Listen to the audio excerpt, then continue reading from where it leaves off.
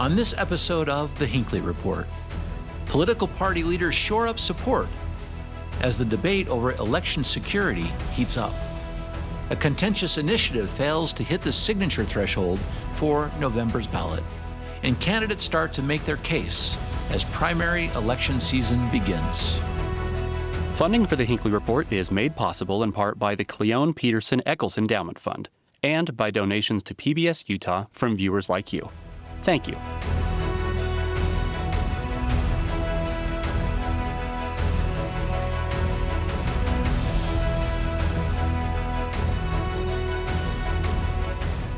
Hello and welcome to the Hinckley Report. I'm Jason Perry, director of the Hinckley Institute of Politics. Covering the week, we have Leah Murray, director of the Walker Institute of Politics and Public Service at Weber State University, Robert Gerke, reporter for the Salt Lake Tribune, and Max Roth, anchor for Fox 13 News. So glad to have you all with us on the program. So many interesting things happening in the political world in Utah, even federally impacting us here. I want to get to some of those big items here for the program today. Leah, can we start with you for a moment? Utah is one of those states that's really big on mail-in ballots. And an executive order came out from the Trump administration this week on mail-in voting. Specifically, a couple of things. It creates what's called the Citizenship List. For the states that have mail-in ballots of eligible voters, the list will be shared with the United States Postal Service, and they've been directed to only deliver ballots to the people who are on that list. Talk about that for just a moment, because that's a big implication for Utah. Yeah, I mean, don't we already have that list? It's called voter registration. I feel like you have to prove to be a citizen to register to vote. And I don't understand why the president keeps thinking the federal government gets to tell states how to handle elections. But I read it as, so now this postal worker is going to have to check this list before they send the mail. This is just a lot of drama for no good reason. It does strike me, Leah, too, that even if this were passed by Congress, even if this went through a process, there would still be constitutional questions and challenges about whether the federal government has any role in saying how you hold elections, just as Leah said. And so the idea that an executive order could do something like that, it just sounds dubious. Yeah, and I think we've seen the Trump administration, they've sued, I believe, 28 states trying to get access to their voter rolls. And the whole driving force behind this is this notion that there's some sort of huge, massive electoral fraud. But we haven't seen any specific instances of it. And in fact, the Lieutenant Governor did a review of Utah's voter rolls, 2.1 million registered voters, and found one person who was a non-citizen who hadn't voted on the voter rolls. Now, there's a couple hundred that they're still checking on, but this is not some massive fraud scam that's, tainting our elections. Yeah. And I think that what the president's doing is casting doubt. It's undermining the trust in those electoral systems. That is, I think that's going to be that's kind of a common thread these days, is that we hear so much rhetoric that says that there's a problem, that there's no proof there is, and that's what's really hard to deal with and understand, is that this notion that we have these fraudulent elections and that there's been this widespread attempts to undermine our voting system, and the proof's not there. Right, but I just want to push back a little bit and say, but I'm not sure voters are buying it, right? So what is the data we're seeing on Utah voters thinking that vote by mail is secure? It's somewhere in the high 80s, right? I think somewhere close to 90% of our voters in the last election, after the president was making all these claims, still use vote by mail. So he can say it, right? And he can, I think, attempt to undermine the system, but I think Utah's voters know better. Yeah, Robert, a couple of those numbers are very interesting, and some polling that we have done here in the state. This was in the 2024 election. How confident are you that government officials conducted a fair and accurate election? Leah was right. It was 81% of Utahns were confident, and that's with 85% of Utahns using vote by mail. Yeah, but I think we also saw after the on January 6th, the impact of having even a small segment of the population who doesn't believe in the legitimacy of the elections. I mean, it can instill some pretty dire consequences. Plus, I think it discourages people from voting if there's even a hint that the election's not working. Now, we did see during the past legislative session, there was a big push from the House to try to get rid of vote by mail in Utah, and you have to return your ballot in physically to a drop box. That didn't pass. There was pushback from the Senate, so there is still a bulwark, I guess, against trying to get rid of it in Utah. But it's had a profound impact on our on our voter turnout. Yeah, and I also worry because even though Utahns, absolutely right, express this confidence in elections, although the fact that 19% don't, Robert, you brought that point up, is a real concern. But the other thing is that the point that's being made at the national level is, well, it's the blue states, and so yeah, maybe Utah doesn't have fraud with mail-in voting, but boy, Minnesota, and this assumption that that a state that may largely not agree with your perspective is also going to be fraudulent and going to be dishonest is a really troubling thing in American politics, where we rely on an assumption of goodwill between opposing parties. I want to get to this a little bit, Leo. Maybe I can show you a quote, because the person in the middle of a bunch of this is our Lieutenant Governor, who oversees the elections here in the state of Utah. And she had some responses. In fact, an interesting one to the president's executive order.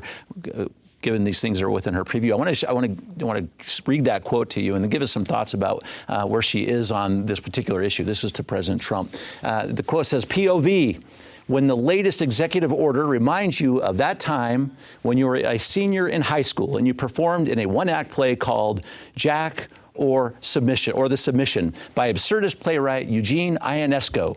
And it was super weird, and the script was full of nonsensical dialogue. Talk about that, because that's just right to the executive order. Yeah, so one, I want to just be clear, I don't know the reference, so I do apologize for not having been in that play ever. But two, she's totally right to call him out, right? So she is in charge of the elections for a state that voted for him. I mean, what are we even talking about? So if there was voter fraud, does that mean Kamala Harris won in this state? Of course not, right? This is ridiculous. So it is nonsensical dialogue. It is absolutely absurd. She absolutely should be calling him out on it. And I kind of like it. I like that she was clapping back at him. And all the kids can't get enough of Jack or The Submission. I know it's sweeping the nation. Yeah. Is it now? Yes. Yeah. But I think it's kind of interesting because Utah has this sort of suspicion of the federal government, right? And I think if you had a Democratic president who was trying to go out there and sweep up control of the elections, there'd be outrage here in a red state like Utah. So I think she's probably sees that this is, not the proper role of the federal government, as the Constitution makes pretty clear. And so, she's pushing back on it. She's pushed back on the attempts to get access to the unredacted voter rolls. And I think we have, in this state in particular, had fiercely defended those states' rights arguments. And so I think it kind of falls into that vein. But another thing that is that is concerning, or maybe not, concerning might be the wrong word, but if you pay attention to the media on the right in Utah, social media, radio, those kinds of things, there's really virulent upset about Deidre Henderson. The things that they say are, I would be a little worried if I were her. It just at the way that the language that goes her way. So she's facing pushback on this, even though it doesn't sound like that unsensible a thing to say. I guess I'd also just point out there's a good reason that we have this dispersed system of elections, and that is particularly so they can't be hijacked, right? If we're running 29 elections in Utah, you can't just sort of hack into one system and take over the election. It's 29 different elections, and you replicate that across 50 states. That diffuse nature of our electoral process is a security feature, not a flaw. And so when you have any centralized government trying to control that and get rid of that, I think it undermines the election security.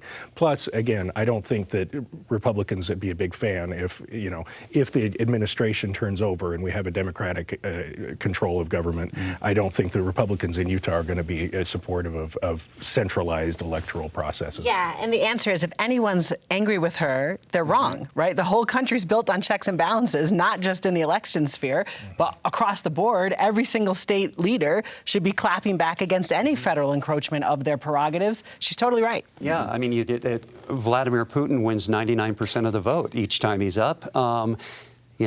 It's do we believe that?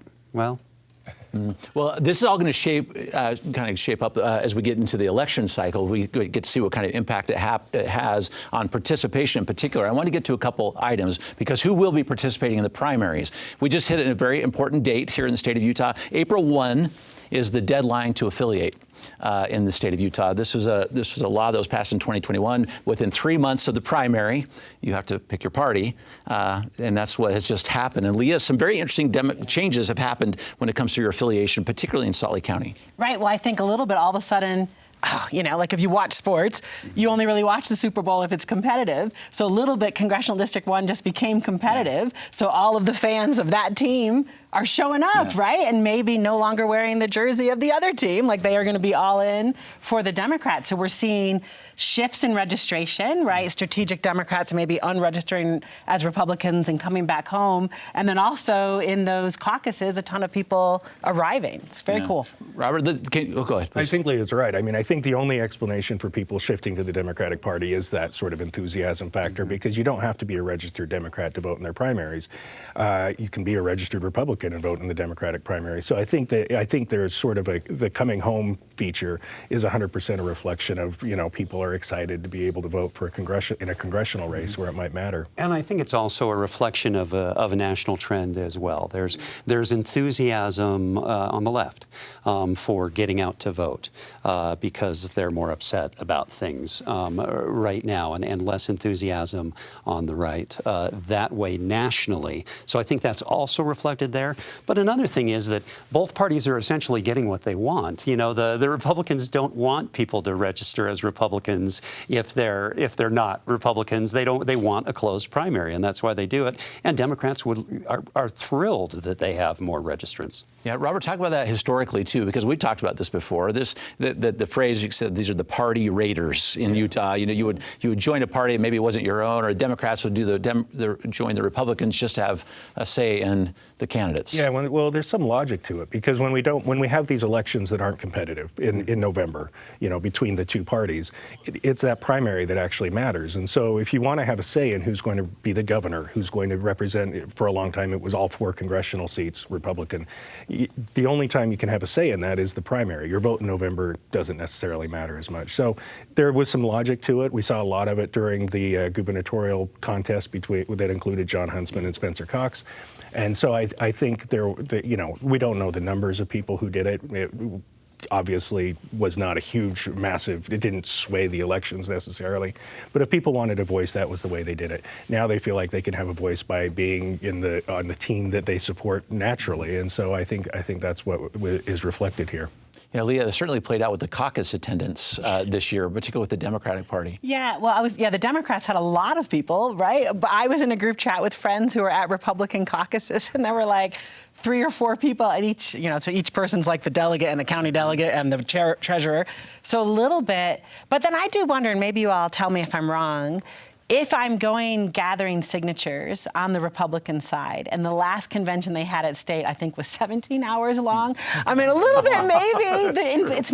Might not be so much about what we're talking about, but a little more about, man, I could just stay home on that Saturday and I could vote in a primary. So I don't know if those low numbers as a result of that. Another thing that you realize reporting on this, when you first start, and you go to your first caucuses, you go to a Democratic caucus and you think, oh my gosh, this is so crowded. And then you realize it's because half the Salt Lake Valley is in this elementary school for Democrats, and the Republicans are in a house here and a house there and in the neighborhood, And so it tends to be a bigger room for the Democrats. That's not always indicative, but those numbers are that you shared. I want to get to another big issue this week, and Robert, I'm going to start with you. You've done such great reporting on this too. The repeal of Prop 4, the initiative itself. Enough signatures were gathered, but you have to have 26 of the 29 Senate districts. One fell off already. Talk about that one, because there's one district that enough signatures were taken off of the list, and maybe one more to come. Yeah, this would repeal Proposition 4, which was the statewide ban on partisan gerrymandering. And the Republicans were trying to restore the legislature's ability to gerrymander by repealing this. They submitted over 220,000 signatures. So they reached that statewide threshold with quite a bit of room to spare. But the legislature made it really, really difficult to get these initiatives on the ballot. And so they kind of came back and bit them a little bit in this instance, because they did you have to get 8% of the registered voters in 26 of the 29 counties, as you mentioned. They got to the 26 with about 700 signatures to spare in Senate District 15, but there's a 45-day repeal window where voters can rescind their support, and there was a concerted effort to get people to do that. The legislature even changed the law to make it more difficult for voters to do that. At the end of the day, over 1,000 people in that Senate District 15 withdrew their support. 10,000 now statewide have withdrawn their signatures, and so you've seen this what looked like a foregone conclusion. I mean, Rob Axson was very outspoken. They were spiking the football when they turned these signatures in, saying they've easily qualified for the ballot. You just saw that balloon deflate over the span of several weeks. There's still almost 3 weeks left for more signatures to be withdrawn, and it looks like they probably will lose at least one more Senate district and possibly two. I think this is a huge black eye for the party, frankly, because they had support from Donald Trump, J.D. Vance, Mike Lee, Spencer Cox, all of these heavyweight Republicans. They had $4 million from this Trump-affiliated PAC that was spent on this effort, and it didn't make it. And we saw the unions, for example, turn out twice as many signatures in 30 days versus what they were able to do over 100 days.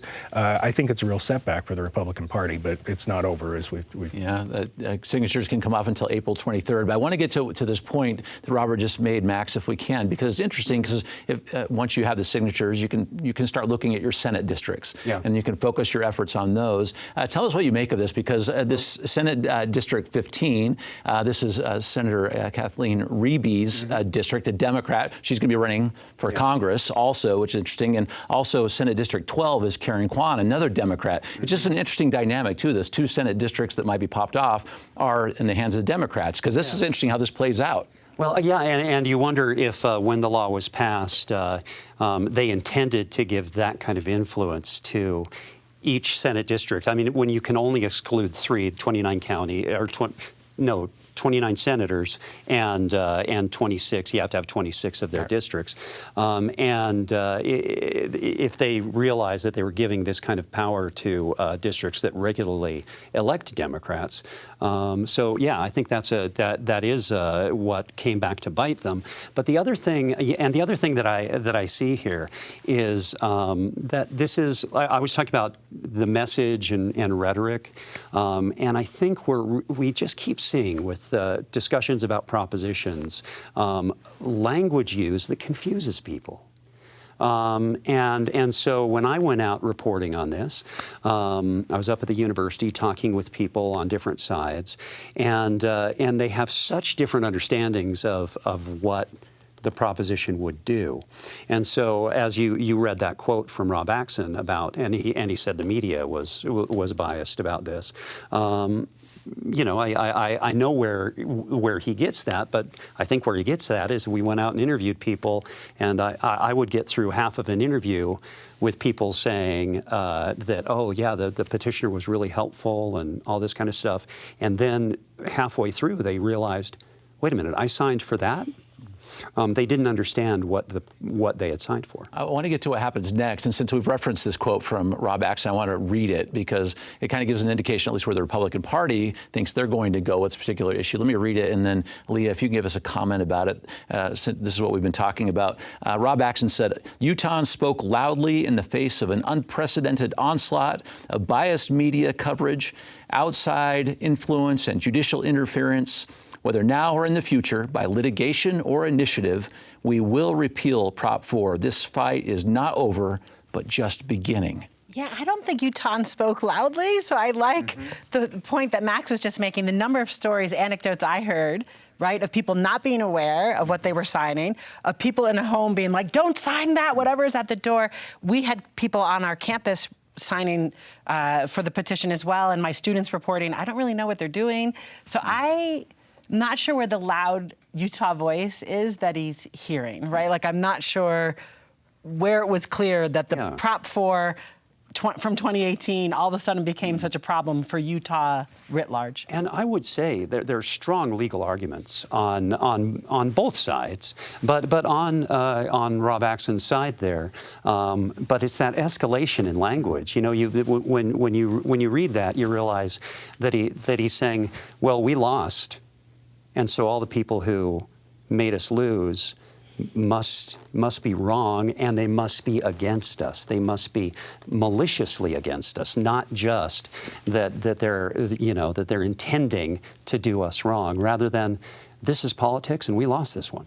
I'm not entirely convinced that this isn't that the Republicans shouldn't be breathing a sigh of relief on this, because the only polling I've seen, the Sutherland Institute did a poll that said 85% of Utahns want an independent redistricting commission involved in the process. So had it made it on the ballot, I'm not sure that it would have been a good thing. But the legislature is still talking about running a constitutional amendment. Senate President Stuart Adams. It didn't come out this past session. There's talk of a special session, and it would clarify that the legislature can repeal or amend initiatives if they choose. So, you know, there's still that path that they could go down, even though this initiative fell short. So I think Rob is right in the respect that this is not over yet, and probably just beginning. Yeah, and I just want to add, which maybe doesn't make me popular here, but I grew up in a state where we did not have initiatives, right? Mm-hmm. So a little bit, there's a very interesting conversation to be had about what legislative authority is, where's the organ of legislative authority in a state, and when it comes to districting, what does that look like? And the answer cannot be that you can never change a law. So if we act as though initiatives come in like the 10 Commandments, you know, on a stone tablet, that's a problem. And that's a super interesting conversation to have, which is not helpful if we have ratcheted up rhetoric, right? So. Robert, is that resolved that at all? Do you feel like that question that Leah just brought up? About whether the initiatives process should be an option? Yes. Well, I think the court made it is in the Constitution, and I think the court made pretty clear that if the legislature can just arbitrarily repeal anything they don't like, then it becomes a meaningless power. So they're trying to provide some protection for that, but I agree with you. I mean, the idea of the super law that the legislature keeps coming back to isn't necessarily the ideal way either. Now, the legislature, under the court's ruling, can change a law if it facilitates the spirit and the intent of the initiative. So they're not quite as powerless as they make it out to be. But, you know, it's an evolving process that I think will continue to evolve. Okay. One more thing, since we're at the end of the legislative session, the governor just finished his window to veto bills. And so, Max, he did veto 2 bills, one in particular, House Bill 462, school bus internet access. Yeah. This would have allowed 3,000 students to apply for a grant to install Wi-Fi into school buses, particularly in rural parts of the state. Yeah. So if you like that one. If you go to high school in Snowville and you live in Grouse Creek,